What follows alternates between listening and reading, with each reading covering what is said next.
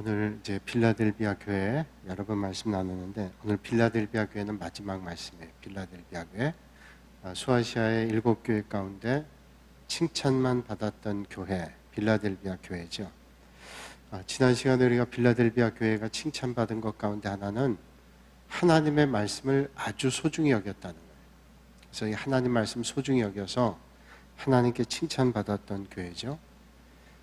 주님 칭찬하는 교회는 주님 말씀을 높이고 주님 영광을 높이고 어떤 고난과 어려움이 온다 할지라도 그 고난과 어려움을 십자가로 알고 지고 인내하면서 주님을 따라가는 교회입니다. 믿음 생활이 쉽지 않죠. 믿음 생활에 감격과 기쁨이 있는 게 틀림없지만 어떤 때는 믿음 생활이 쉽지 않을 때가 있어요. 오늘 우리가 당장 예배당 나오는데도 많은 믿음의 결단이 있어야죠. 오늘 또 태풍 바비가 올라온다 그러는데 지금 목포 서남 쪽에 있다 그러지 한 200km 바깥에 있는데 점점 올라오고 있는데 제가 예배당 올 때보다 지금 비가 훨씬 많이 세차게 와요. 그러니까 뭐 수없는 태풍을 만나기도 하고 어려움을 만나기도 하지만 우리 믿음 생활도 마찬가지입니다. 믿음 생활이 그저 순적하게 되는 게 아니라 어떤 데는 비바람이 치기도 하고 풍랑이 있는 것 같기도 하고 어려움이 있기도 하지만 그땐 그게 참 힘들고 어렵지만 겪어보면 그 일을 통해서 우리 믿음이 성장하고 또 우리 신앙이 더 든든해지게 되죠. 그래서 힘들지만 이겨내는 겁니다. 어려움 가운데 있을 때. 이 빌라델비아 교회도 이제 편안한 교회가 아니었습니다. 힘든 일들이 있었지만 그 어려움들을 믿음으로 잘 극복했기 때문에 하나님께서 빌라델비아 교회를 칭찬해 주셨다는 거죠. 서울의 영락교회라는 교회, 제가 제 모교이기도 한데 그 교회가 이제 이북의 피난민들이 내려와서 처음에 세운 교회가 이제 베다니 교회입니다. 베다니. 그 교회 영락교회가 옛날에 지금 중구 저동이지만 옛날에는 영락동이었습니다. 그래서 그 동네 이름을 따서 영락, 참 뜻은 좋았어요. 영원한 낙원 그런 뜻 가지고 있죠. 동네 이름이 그랬습니다. 처음에 교회 이름은 이제 베다니 전도교회 그렇게 시작이 됐어요. 베다니 전도교회라는 이름을 가지고 시작을 했는데 피난민들이 북에서부터 내려오면서 전쟁 어간에 전쟁 전부터 이제 남북이 나눠지기 시작하니까 이북 땅에 사는 사람들이 빨리빨리 내려온 거죠. 그래서 사실은 50년 전쟁 일어나기 전에도 내려오기가 쉽지 않았다 그래요. 저희 부모님이 내려올 때에도 쉽지 않았다 그럽니다. 전쟁 나기 1, 2년 전에도 통제가 심하고 그래서 어렵게 내려오고 했는데 이제 내려오고 전쟁이 일어나고 그러면서 피난민들이 많이 내려와서 신앙생활 하는 사람들이 교회를 이제 모이기 시작하죠. 처음에 이제 한 목사님 중심으로 몇 가정이 모여서 예배를 시작하고 그러다 보니까 교회가 돼서 교회가 매주일 뭐 사람들이 많이 오는 겁니다. 피난민들이 뭐 100명, 200명, 나중에는 1000명, 2000명, 10,000명이 넘게 그 당시 모이게 되는 거예요. 그러다 보니까 당연히 예배당이 필요한 거죠. 전쟁통에도. 그래서 예배당, 그땐 전쟁 전이었는데 1950년 3월에 제가 역사를 보니까 교회가 건축이 됐어요.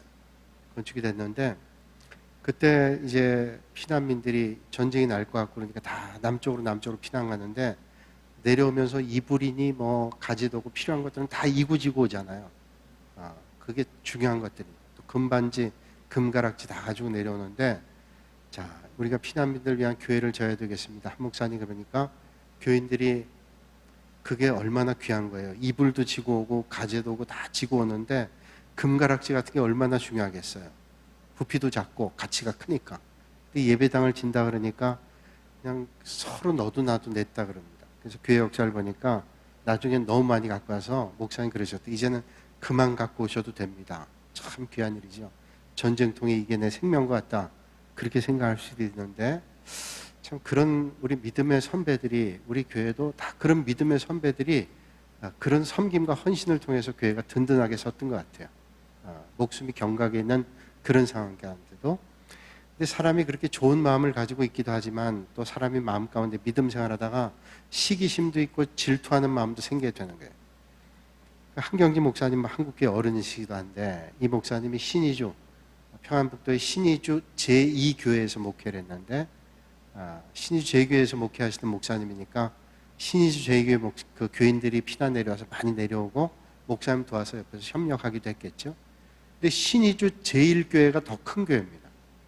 그 교인들도 와서 이제 한 목사님 섬기는 교회 섬기다 보니까 아니 많은 사람들이 기득권을 가지고 있는 게 신의주 제2교회 교인들인 것 같아가지고 섭섭한 마음이 들었던 것 같아요. 사람들이니까 물론 그런 마음이 들겠죠. 그래서 그 가운데 몇 사람이, 많이도 아니고 몇 사람이 그때 신의주 제1교회를 이북에서 섬기던 목사님, 그때 이제 충청도, 이분이 도지사를 했대요. 충청도 도지사를 했는데 그 김하영 목사님이라고, 그분에게 찾아가서 목사님, 우리 신의주 제1교회에서 내려온 교인들이 훨씬 많은데 우리 교인들 중심으로 목사님 교회를 하나 설립하십시다, 그렇게 얘기를 했다 그래요.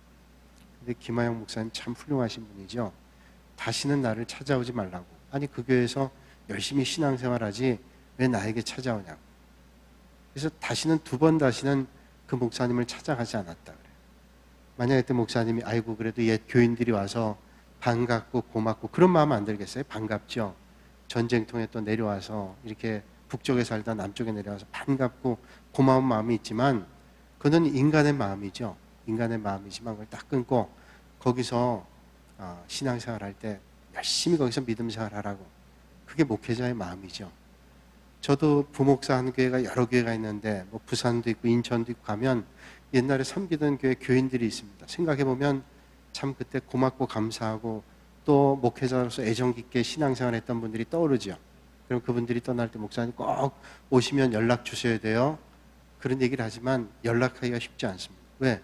저는 떠난 교회 목회자고 또 그 교회에 새로운 목사님이 오셨는데 제가 가서 자꾸 전화해봐요. 뭐 왔다 그러고 만나고 그러면 그 계신 목사님이 괜히 섭섭한 마음도 들 테고, 아니 그 교회 소떼 양떼를 이끄는 목사님 계신데 자꾸 떠난 사람이 그러면 그는 목회 윤리에도 맞지 않아요. 그래서 섭섭하지만 딱 끊었어요.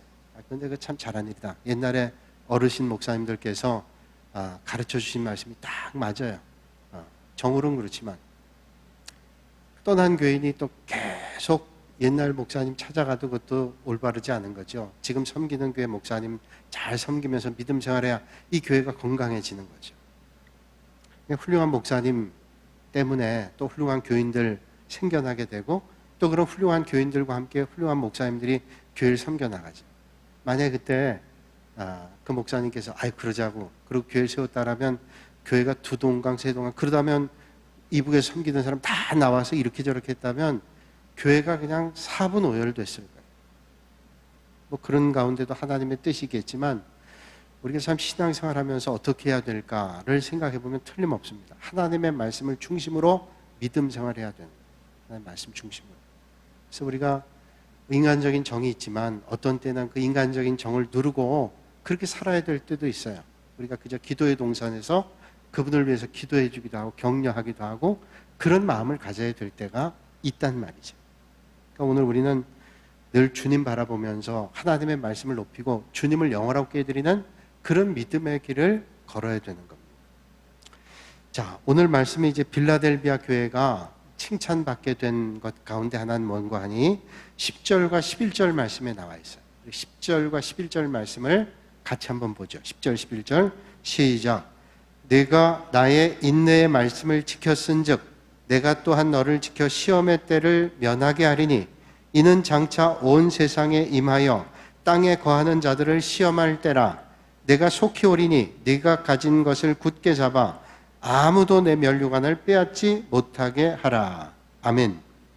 자, 인내의 말씀을 지켰어요. 인내의 말씀, 하나님의 말씀을 참고 잘 지켰습니다. 자, 어려움이 있었다는 거죠. 그러니까 하나님 말씀을 참고 잘 지켰다는 거예요. 여러분, 빌라델비아 교회가 칭찬받았는데 이 칭찬받았다는 건 편한 상황에서 잘했기 때문에 칭찬받은 게 아니라 틀림없이 어려운 상황들이 있었다는 거예요. 우상의 도시, 그 우상의 도시에서 하나님 말씀의 중심으로 믿음을 섬겼다는 거예요. 잘 참아냈습니다. 그게 하나님께 참 감동이 됐어요. 그래서 감동이 되신 주님께서 뭐라고 말씀해 주시는가 하면 인내의 말씀을 지켰은즉 내가 또한 너를 지켜 시험의 때를 면하게 하리니. 자, 너희들이 말씀을 잘 지켰으니 나도 또한 주님께서 말씀하시는 거예요. 시험의 때를 면하게 하겠다. 그리고 끝에 보니까 내 면류관을 빼앗지 못하게 하겠다. 그러니까 어려움이 와도 믿음의 길을 잘 견뎌내고 이겨낸 사람에게 시험을 이길 수 있도록 주님께서 은혜를 베풀어 주신다. 그러니까 우리가 인내를 가지고 믿음의 길을 잘 경주하면 내 힘으로 아니라 하나님이 주시는 힘으로 이겨낼 수 있는 힘이 생겨나게 되고, 그리고 하나님이 우리에게 주실 면류관을 우리는 빼앗기지 않을 수가 있다라는 겁니다. 주님께서는 환난의 때 모든 교회와 신앙을 지키지 못한 모든 성도들이 수치를 당할 때 잘 견뎌낸 사람에게 주님께서는 수치를 당하지 않도록 해주신다. 그 믿음을 지킨 사람들에게 주님 주시는 주권이에요. 시험 당할 때 또 시험을 면하게 해주신다는 게 하나님께서 견뎌낸 사람에게 주시는 특권입니다. 수치를 당하지 않게 시험을 면하게 하나님께서 그런 은혜를 베풀어 주신다. 그러니까 여러분, 오늘도 어려움 만나도 하나님 말씀을 가지고 그 어려움을 잘 견뎌내면, 참고 견뎌내면 모든 사람이 수치를 당할 때 하나님 수치를 당하지 않게 하시고, 모든 사람이 시험을 만날 때에도 우리는 시험을 만나지 않도록 하나님께서 시험을 면하게 해주신다는 거예요. 여기서 우리가 좀 생각해야 될 것은, 우리가 시험을 이기는 것도 중요하지만 시험을 우리가 다 이길 수가 없어요, 우리 힘으로. 그래서 어떤 때는 시험을 이기기는커녕 견뎌내기도 힘들 때가 있어요. 그런데 그런 큰 시험이 올 때 우리는 어떠냐? 견디는 겁니다. 견디는. 그래서 이기는 것도 중요하지만 견뎌내는 게 중요해요. 내가 이겨야지. 내 힘으로는 도저히 안 될 때 하나님 도와주지만 우리가 어려운 시험이 올 때는 견디는 게 중요합니다. 꼭 참고 견디는 거예요. 베드로전서 5장 8절 말씀 보면, 근신하라, 깨어라. 너희 대적 마귀가 우는 사자같이 두루 다니며 삼킬 자를 찾나니. 자, 근신하고 깨어 있으래요. 지금 마귀가 어떻게 다니냐면 우는 사자같이. 사자가 그냥 있어도 무서운데 산속에서 여러분 사자가 저기서 걸어온다고 생각해 보세요. 얼마나 무섭겠어요. 사자가 와도 무서운데 우는 사자 같다. 우는 사자는 사자가 왜 우느냐면 배고파서 우는 겁니다. 배고파서. 그 배고파서 우는 사자가 내 앞에 있다 그러면 그거 가만히 있겠어요? 그 사자는 잡아먹겠다는 거예요. 그 우는 사자같이 두루 다니며 삼킬 자를 찾습니다. 배가 고파가지고 굶주리면서 울어대면서 뭔가를 잡아먹어야 되겠다는, 마치 사탄이 그렇게 하고 있다는, 무서운 얘기죠. 무서운 얘기. 때로는 악한 세력이 우리를 덮는 것 같은 위기를 만날 때 있어요. 그럴 때 우리가 묵묵히 견딘다 쉽지 않아요. 그리고 우는 사자같이 마귀가 공격할 때 우리가 묵묵히 참고 견딘다 힘들죠. 참고 견디긴 그냥 달아나기 바쁠 수도 있을 거예요. 그런데 묵묵히 참고 견딘다, 쉬운 일 아닙니다. 견디는 것이 하찮아 보여도 견디는 자를 통해서 하나님께서 하나님의 역사를 이루어 나간다. 그러니까 여러분, 시험이 올 때, 여러 가지 위기를 만날 때 하나님의 도우심을 받으면서 견디실 수 있는 여러분들이 되시기를 바랍니다. 견디면, 여러분 견뎌내고 이겨내면 좋은 역사가 있어요. 하나님의 역사가 있습니다. 결국 여러분 본질은 드러나잖아요. 잘 참고 견디면 본질은 드러나게 마련입니다. 뭐 악을 쓰지 않아도 이게 본질은 다 드러나게 돼 있어요. 억울한 일을 만나도 억울하다고 악을 쓰지 않아도 다 드러나게 돼 있어요. 그거 다 드러납니다. 하나님의 역사 다 드러나죠. 그게 뭐 안 그러겠어요. 어떤 때는 그 일을 만나면 아유 참, 어떤 데 악을 쓰기도 쉽고. 여러분, 요셉이 자기 약혼녀 마리아가 처녀의 몸인데 임신을 했단 말이에요. 얼마나 억울하고 괘씸한 일이에요. 악을 쓰면서 저 마리아가 나도 모르는 애를 뱄다고 그렇게 떠들고 다니는 게 보통 사람인데 그렇게 참고 있다는 게 보통이겠어요? 하나님께서 그 가정을 축복해 주시는 거예요. 저 요셉이 바보지, 세상 사람들이 볼 때 바보다 저거, 그렇게 생각할 수 있지만 참고 견뎠더니 하나님께서 은혜를 베풀어 주시고, 모를 것 같아도 하나님은 다 알고 계신다는 거예요. 그러니까 하나님이 은혜를 주시는 거 아니겠어요?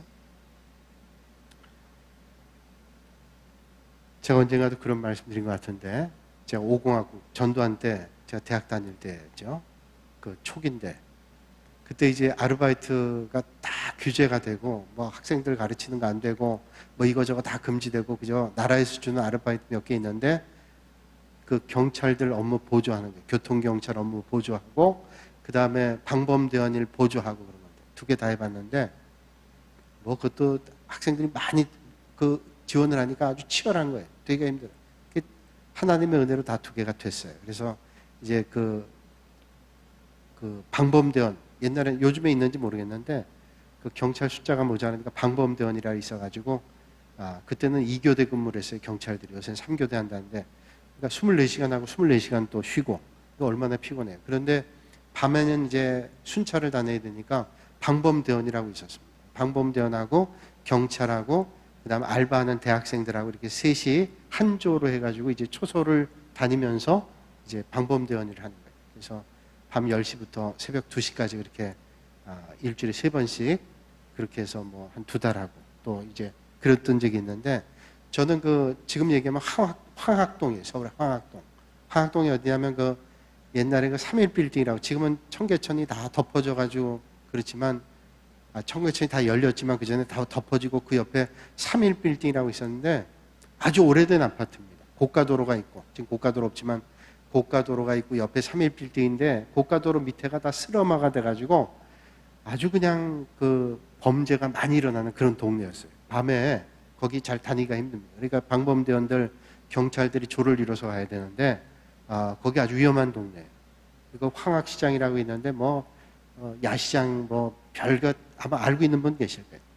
거기서 아르바이트를 하고 있는데 이제 이렇게 쭉 순찰을 하고 초소에 가서 추운 겨울이니까 초소에 가서 이제 따뜻한 물 한 잔 먹고 조금 있다가 또 교대에서 다른 쪽으로 옮겨가고 했는데 그때 갔을 때 이제 같은 초소에서 계시던 경찰분이 아마 친한 친구가 찾아왔던 모양이에요. 그러니까 근무하다가 그 친구를 그냥 보낼 수가 없어가지고 제가 보니까 참 되게 딱하고 곤란한 입장이었던 것 같아요. 저하고 둘이 있었는데 그분이 저한테 그러더라고요. 학생, 내가 친한 친구 왔는데 그냥 보낼 수 없으니까 차 한 잔만 마시고 오라고. 그래서 뭐 특별한 거 없을 테니까 제가 잘 전화 오면 받고 무슨 일 있으면 어디 가 계신다 그러면 내가 연락할게요. 그때 뭐 전화가 있는 것도 아니니까 그때 저기 앞에 다방 갈 테니까 거기서 얘기할 테니까 무슨 일 있으면 빨리 와서 얘기해 달라고. 큰 무리도 아니잖아요. 그래서 그러고 있는데 한 20분 30분 됐을까요? 왜 나가시고 오더라고요. 초소로. 그래서 누군가 했더니 그 경찰분이 가서 미안하니까 커피를 배달해 준 거예요. 저한테. 그래서 그 다방 아가씨가 커피를 가져온 거예요. 제가 초소에서 되게 민망하더라고요. 어떻게 해야 될지 모르겠어요. 그래서 제가 그 뜨거운 커피를 빨리 먹어야 이분이 가겠기에 빨리 먹다 됐어요. 되게 당황스럽고 막 그랬어요. 근데 그쯤 했으면 됐는데 그때 하필 또 파출소 소장이 순시하느라고 들어온 거예요. 그러니까 보세요. 초소 안에 제가 있죠. 다방 아가씨 있죠. 파출소장이 들어왔는데 아유 민망한 거예요. 아주 민망. 그래서 되게 민망하고 제가 뭘 어떻게 했어요? 근데 상황이 좀 그렇게 된 거죠. 간 다음에 이제 그 아가씨도 하고 파출소장도 가고 파출소장이 같이 근무하는 사람 어디 갔냐 해서 솔직히 얘기하죠. 지금 그분이 잘 근무하고 있는데 급한 사람이 와가지고 그렇게 얘기해서 무슨 일 있으면 연락해 달라고 그렇게 했다고 바로 조기라고 그랬더니 그러냐고 갔어요. 그 다음에 어떻게 됐는지 모르지만 이제 그분이 같이 근무하던 사람 조금 있다 왔어요. 그래서 그 얘기를 다 했더니 괜찮다고 내가 나쁜 짓 한 것도 아니고 그런 상황이니까 그래. 제가 참 되게 민망했다고 그랬더니 그 경찰분이 그러시더라고요. 아니 괜찮다 그러면서 학생이 어떤지 파출소장이 다 아는데 다 아는데 그 얘기를 들으니까 위로가 되더라고요. 제가 그동안 엉터리 같이 했으면은 이거 학생이라는 게 좀 그렇다라고 생각했겠지만 그동안 엉터리 같이는 안 했던 것 같아요. 그러니까 이게 알겠지 생각하면서도 좀 불편하고 찜찜한 마음은 있긴 했어요. 여러분 어떤 때는 그건 그냥 웃기는 얘기지만 어떤 때 그런 일을 우리가 만날 때도 있잖아요. 믿음의 길 가다가 그런 일을 만날 때도 있어요. 그런데 우리가 결국은 하나님의 역사가 이루어지잖아요. 믿음의 성도들이 믿음의 길 가는 것은 오늘도 여러분 눈에 보이지 않지만 살아계신 하나님의 역사가 있는 것을 믿고 믿음의 길을 걷는 거 아니에요. 그러니까 믿음의 길을 잘 참고 견디고 이겨내는 거잖아요. 그래서 묵묵히 동행으로 믿음의 길을 걸어가는 거죠. 여러분 성경에 보면 많은 믿음의 선배들이 보니까 다 겪었던 일이더라고요. 아브라함도 어려운 일을 많이 겪었어요. 요셉은 말할 것도 없죠. 처음부터 인생이 꼬이기 시작해가지고 정말로 좋은 꿈을 꿨는데 얼마나 힘겨운 일을 거뒀어. 요셉만 그랬어요. 이삭 같은 경우도 그저 우물을 파놓으면 블레셋 사람들이 뺏어가고 우물을 파놓으면 또 뺏어가고 악을 쓰고 달려들지 않았어요. 양보하고 갔는데 성경에 보니까 그런 이삭에게 하나님께 축복해 주시는데 100배로 축복해 주셨대요. 이삭에게. 저는 그 말씀 보고 우리가 100배로 축복해 주시고 10,000배로 축복해 주시는 거 우리는 다 믿지만 이삭을 100배로 축복해 주셨다는 걸 내가 말씀을 보면서 생각해 봤어요. 이삭은 농사 짓던 사람인데 농사 짓던 사람이 100배로 그런 축복을 받을 수 있을까? 여러분, 농사 짓는 건 뭐예요? 풍작을 이뤘다 그러면 작년보다 2배, 3배, 그러면 그건 대단한 풍작을 거둔 거예요. 그런데 농사 짓던 사람이 이삭이 그래서 물을 끌어서 논에 물 주고 밭에 물 주는 게 그에게 아주 중요한 일이었던 사람에게 100배 복을 주셨다. 이거 하나님이 하신 일. 여러분, 오늘도 믿음의 길을 걸을 때 우리가 시험 때 견디기 조급해서 악을 쓰고 다닐 게 아니라 우리가 하나님을 바라보면서 우리의 힘으로가 아니라 하나님 주시는 힘을 의지하면서 묵묵히 주님 바라보고 믿음의 길, 심지를 놓지 않고 믿음의 길을 가는 거예요. 묵묵히 가는. 그렇다고 주눅 들어서 아무것도 하지 않는 게 아니라 이게 믿음의 길이라면 가는 겁니다. 그냥 멈추지 않고 계속 가는 거예요. 어떨 때는 실망될 때도 있고 낙심될 때도 있잖아요. 그러나 묵묵히 가는 거예요. 그러면 하나님이 역사하는 거예요. 여러분, 믿음의 길을 갈 때 힘든 일이 있습니다. 어렵고 낙심될 때도 있어요. 왜 낙심될 때 없어요? 정말로 낙심되고 실망되고 서운하고 그럴 때 있지만 그러나 우리가 하나님을 바라보고 믿음의 길을 묵묵히 가는 거죠. 그러면 하나님께서 역사하시는 거죠. 인내의 말씀을 잘 지키고 시험의 때를 잘 이기고 그래서 결국은 생명의 면류관, 의의 면류관, 하나님이 그런 면류관을 우리에게 받게 해주시겠다는 거예요. 자, 그리고 이제 이 빌라델비아 교회를 향해서 하나님께서 축복의 말씀을 줍니다. 12절과 13절 말씀 같이 한번 읽을까요? 12절 13절 시작. 이기는 자는 내 하나님 성전의 기둥이 되게 하리니 그가 결코 다시 나가지 아니하리라. 내가 하나님의 이름과 하나님의 성 곧 하늘에서 내 하나님께로부터 내려오는 새 예루살렘의 이름과 나의 새 이름을 그의 위에 기록하리라. 귀 있는 자는 성령이 교회들에게 하시는 말씀을 들을지어다. 아멘. 자, 성전의 기둥 되게 해주시겠다. 그러고 거기에 이름을 새겨주시대요. 성전의 기둥. 묵묵히 견딘 사람에게 믿음의 싸움을 잘 싸우고 잘 견디고 이겨낸 사람에게 하나님께서 축복해 주시는 거예요. 그 축복이 뭐냐? 성전의 기둥 되는 거예요. 여러분, 성전의 기둥이 있죠? 이 기둥이 없으면 성전이 무너집니다. 그러니까 성전이 기둥이 된다는 게 얼마나 중요한 거예요. 성전에는 여러 가지 기둥이 있습니다. 그런데 그 기둥은 다 중요한 거예요. 만약에 기둥 한두 개를 빼버리면 그 기둥 때문에 과부하가 돼가지고 무너질 수도 있을 거예요. 옛날에 삼풍백화점 무너진 게 그 삼풍백화점은 딱 그 층수에 그만큼만 하중을 감당하게 돼 있는데 그 위에다가 뭐 에어컨 장치나 무슨 뭐 여러 가지 것들을 너무 무겁게 갖다 올려놓은 거예요. 그래서 그게 조금은 견뎌냈지만 어느 시점엔 도저히 견뎌낼 수 없어가지고 무너지는데 한 번에 무너졌잖아요. 우리 교육관 세울 때도 교육관 우리가 층수를 올렸지만 처음에 2층이었잖아요. 근데 지금 층수를 올렸지만 지금 저게 5층까지 올릴 수 있는 거예요. 처음에 건축할 때 5층까지 올릴 수 있도록 다 철근 무게를 다 계산해가지고 5층까지는 증축을 할 수 있도록 한 거예요. 그냥 우리가 저기다가 마음껏 10층, 20층 올릴 수 있는 게 아니라 다 무게 계산해서 그토록 그만큼만 올리도록 한 겁니다. 성전 기둥 하나 빼보세요. 안 되는 거예요. 근데 하나님께서 이렇게 잘 견디는 사람에게 면류관을 줄 뿐만 아니라 성전에 기둥 되게 하는 거예요. 그리고 하나님께서 이름 새겨주시겠대요. 이름 새겨주겠다는 건 뭐예요? 기억해 주신다는 거죠.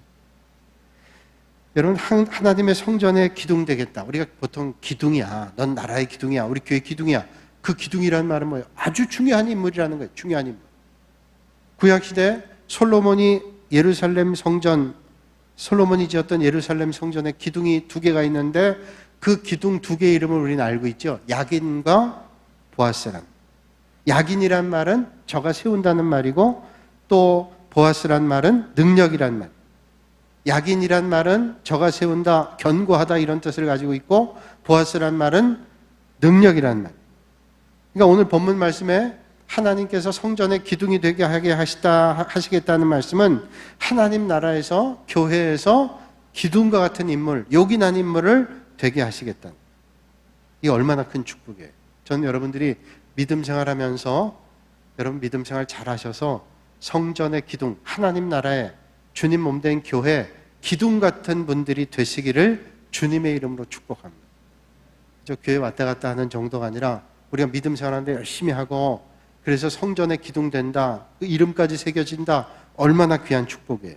하나님께서 하나님 나라에 그렇게 기둥이 돼가지고 기억해 주신다면 너무 큰 축복일 거예요. 어떤 분이 참 유력한 분이 어느 날 만났어요. 예전에 알고 있었지만 지나고 있었어요. 그런데 그분이 만나가지고 아이고 집사님 오랜만입니다. 그리고 이름을 얘기했다고 생각해요. 아유 그분이 내 이름을 기억해줘? 야 너무 고마운 거예요. 네, 주님께서 우리를 기억해 주시는 거예요. 우리가 성전 기둥되게 하시고 하나님께서 그 이름을 기억해 주시는 거예요. 여러분 기둥된다는 게 뭘까요? 기둥된다는 거. 여러분 기둥은 움직이지 않아요. 기둥은 요동하지 않습니다. 기둥이 움직였다가는 그 건물은 무너지는 거예요. 기둥은 반듯하게 서가지고 움직이지 않아요. 그 움직이지 않는다는 말은 뭐예요? 흔들리지 않아요. 어떤 시험과 어려움이 와도 흔들리지 않는 거예요. 여러분 기둥이 어려울 때마다 흔들흔들 해보세요. 시험이 올 때마다 흔들흔들 해보세요. 그러면 그 기둥이 지고 있는 건물들은 다 무너져 버리는 거예요. 여러분 세상이 아무리 어려워도 믿음의 사람들은 흔들리지 말아야 될 이유가 거기 있잖아요.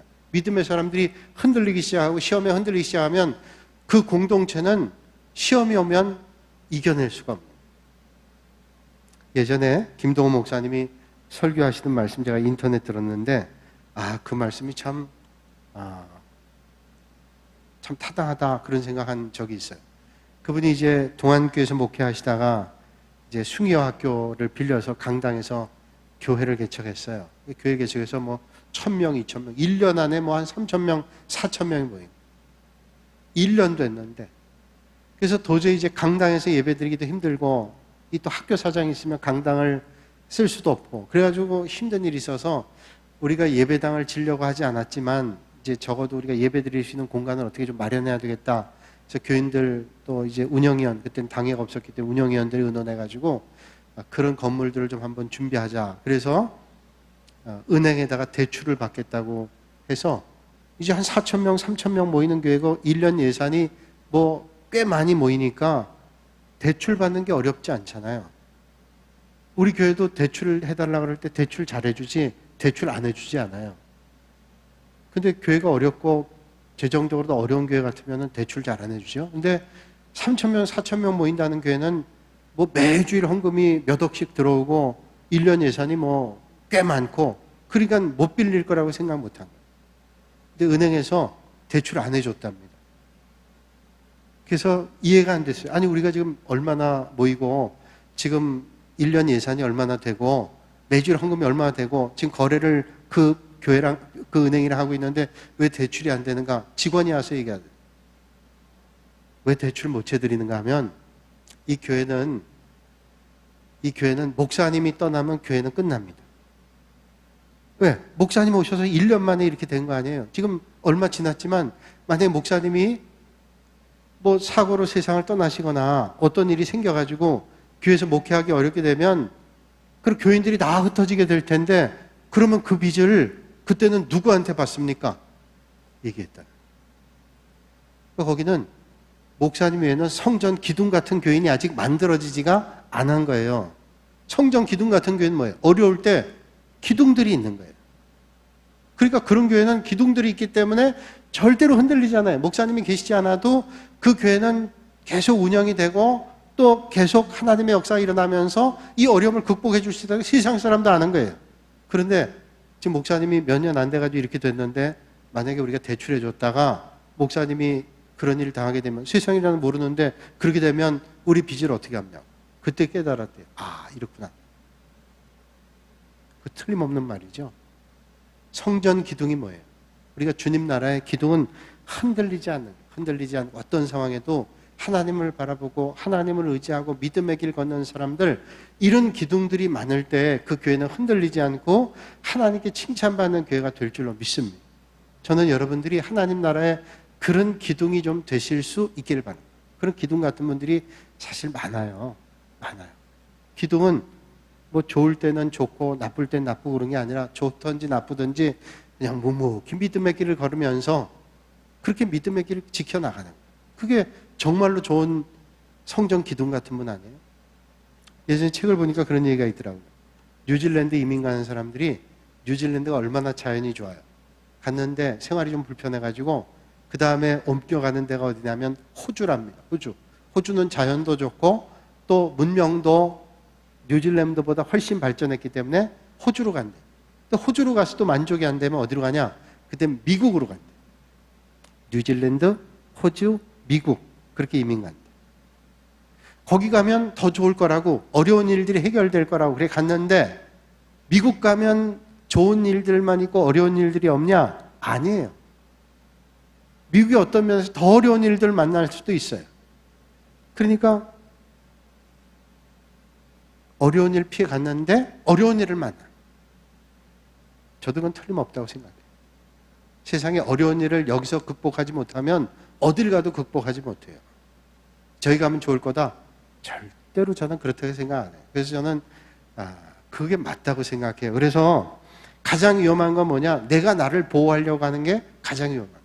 여러분, 하나님 도와주셔야 도움이 되지, 내가 나를 보호한다? 보호할 수도 없거니와 도움이 안 됩니다. 여러분, 내가 힘이 세다, 내가 능력 있다 자랑하죠. 세상에 나가보세요. 힘센 사람 얼마나 많고, 능력 좋은 사람 얼마나 많고, 머리 좋은 사람 얼마나 많아요. 얼마나 많은데요. 여기서 볼 때는 이게 전부인 줄 아는데 큰 세계 나가보면 아무것도 아닌 거 알게 되죠. 저도 들은 얘기인데 여수에 가서 무슨 자랑하지 말래요? 여수에서 돈 자랑하지 말래요. 왜 여수에서 돈 자랑하지 마냐? 여수 옛날에 배들이 들어오면 고기 잡는 사람들이 돈을 풀어놓으면 돈이 많으니까 돈 자랑하지 말라. 순천 가면 인물 자랑하지 말라. 벌교에 가면 주목 자랑하지 말라. 그런 말이 있죠. 군산에 가면 뭘 자랑하지 마요? 이런 말을 하나 만들면 좋겠어요. 믿음 자랑하지 마라. 이건 안 나오는 말인데 자꾸 하면 말이 되는 거예요. 그래서 생각해봐요. 여수에서 돈 자랑하지 마라. 아마 배들이 들어와가지고 그렇대요. 또 순천에서 인물 자랑하지 마라. 순천 사람들이 인물이 좋은 모양이에요. 또 벌교에서 주목 자랑하지 마라. 주목 쓰는 사람들이 거기 많은 모양이죠. 그게 뭐예요? 아무리 내가 뭘 대단하다고 생각해도 자랑하지 못할 것들이 많아요, 세상에는. 그런데 우리는 자랑할 것, 내가 아무리 있다 할지라도 세상에 나가면 아무것도 아닌데 누굴 우리가 중심으로 살아야 돼요? 하나님의 인도하심을 붙잡고 살아야 우리가 올바로 살아갈 수 있죠. 그래서 우리는 하나님 날개 아래 숨고 하나님의 도우심을 받는 그런 믿음의 길을 걸어야 되겠다는 거예요. 그럴 때 우리는 하나님 나라의 주님 성전에 든든한 기둥이 되는 거예요. 그렇지 않으면 늘 흔들립니다. 기둥이 아니면 늘 흔들리는 거예요. 그러니까 믿음 생활할 때 내가 기둥처럼 믿음 생활해야지, 기둥 같지 않은 믿음 생활하면 늘 흔들리는 거예요. 내가 하나님 나라의 기둥처럼 쓰임 받아야 되겠다. 그런 믿음의 길을 걸어야 되죠. 주님의 도우심을 받는 거예요. 그래서 오늘 교회가 많은 어려움 있고 또 흔들리는 상황이 있어도 이때 우리의 믿음이 시험되는 거죠. 더 주님을 사모하고 하나님을 더 소망하고 믿음의 길에 우리가 서야 돼요. 그러니까 흔들리는 거 의지하지 않고 하나님을 의지하는 믿음의 길을 걸어야 돼요. 그 이재철 목사님이라고 계세요. 옛날에 홍성사 사장이기도 했고 그 100주년 기념교회하고 스위스에서 한인 목회도 했던 목사님인데, 이 목사님이 그 책에 쓴 칼럼 가운데 이런 칼럼이 있어요. 자기는 생일이 2개랍니다. 2개인데 우리가 보통 뭐 육신이 태어난 날, 그 다음에 영적으로 태어난 날 그렇게 얘기하지만 그런 차원이 아니라 내가 육신이 태어난 날이 있는데 그 다음에 또 태어난 일은 2013년 4월 29일에 다시 태어났대요. 그게 무슨 날이냐? 자기가 암 선고 받은 날이에요. 2013년. 자기가 늘 궁금했던 게, 하나님께서 예전에 이분이 방탕했던 삶을 살았는데 하나님께서 그분을 은혜 주셔가지고 신학을 공부하고 목회자가 되게 했어요. 그리고 늘 생각했던 게 내 인생이 어떻게 언제 끝날까를 생각해 봤대요. 하나님께서 내 인생의 마무리를 어떻게 인도하실 건가 생각했는데 2013년에 암에 걸렸대요. 그때 아주 의외의 반응을 한 거예요. 그때 이분이 첫 번째 자기의 외친 말이 감사합니다였대요. 우리가 암에 걸리면 왜 내가 이렇게 얘기하기 쉬운데 이분은 감사합니다였대요. 책에 쓴 말이니까 진짜겠죠? 감사합니다. 왜 감사하냐면 이분이 얘기하는 거예요. 늘 궁금했는데 내가 육신의 몸이 언제 어떻게 끝날까를 생각했는데 내가 이제 암 투병하다가 그렇게 하나님 나라에 가겠군요 생각이 들더라고요. 그러면서 감사한 이유가 뭐냐면 이제 마지막 순간까지 하나님을 붙잡고 살다가 하나님 앞에 가야 되겠구나 그런 생각을 했대요. 끝까지 이 암 투병을 하면서 주님을 붙잡고 살아야지. 그러면서 투병을 했는데 6년 몇 개월이 지났는데 암이 치유됐어요. 회복이 됐어요. 그러나 암이 회복이 됐지만 늘 암을 생각하는 거예요. 언제 재발할지 모르니까. 그러면서 깨달은 게 있는데 나는 그 어려움과 힘든 삶에도 하나님께서 건져주셔서 여기까지 살았는데 나는 갑옷 같은 삶을 살았대요. 갑옷. 그런데 암에 걸리고 나서 어떤 생각이 들었냐면 내 인생은 솔기 같은 인생이었고. 솔기는 뭐예요? 솔기는 옷과 옷 사이에 옷과 옷 그 사이에 연결된 부분, 연약한 부분이에요. 솔기. 그래서 갑옷을 입어도요, 적군이 딱 화살을 쏘거나 창을 쏘거나 아니면 칼을 쳤을 때 갑옷에 맞으면 끄떡이 없는데 솔기에 맞으면 화살이 꽂히고 창이 꽂히는 거예요. 자기 인생은 솔기 같았다. 이렇게 고백합니다.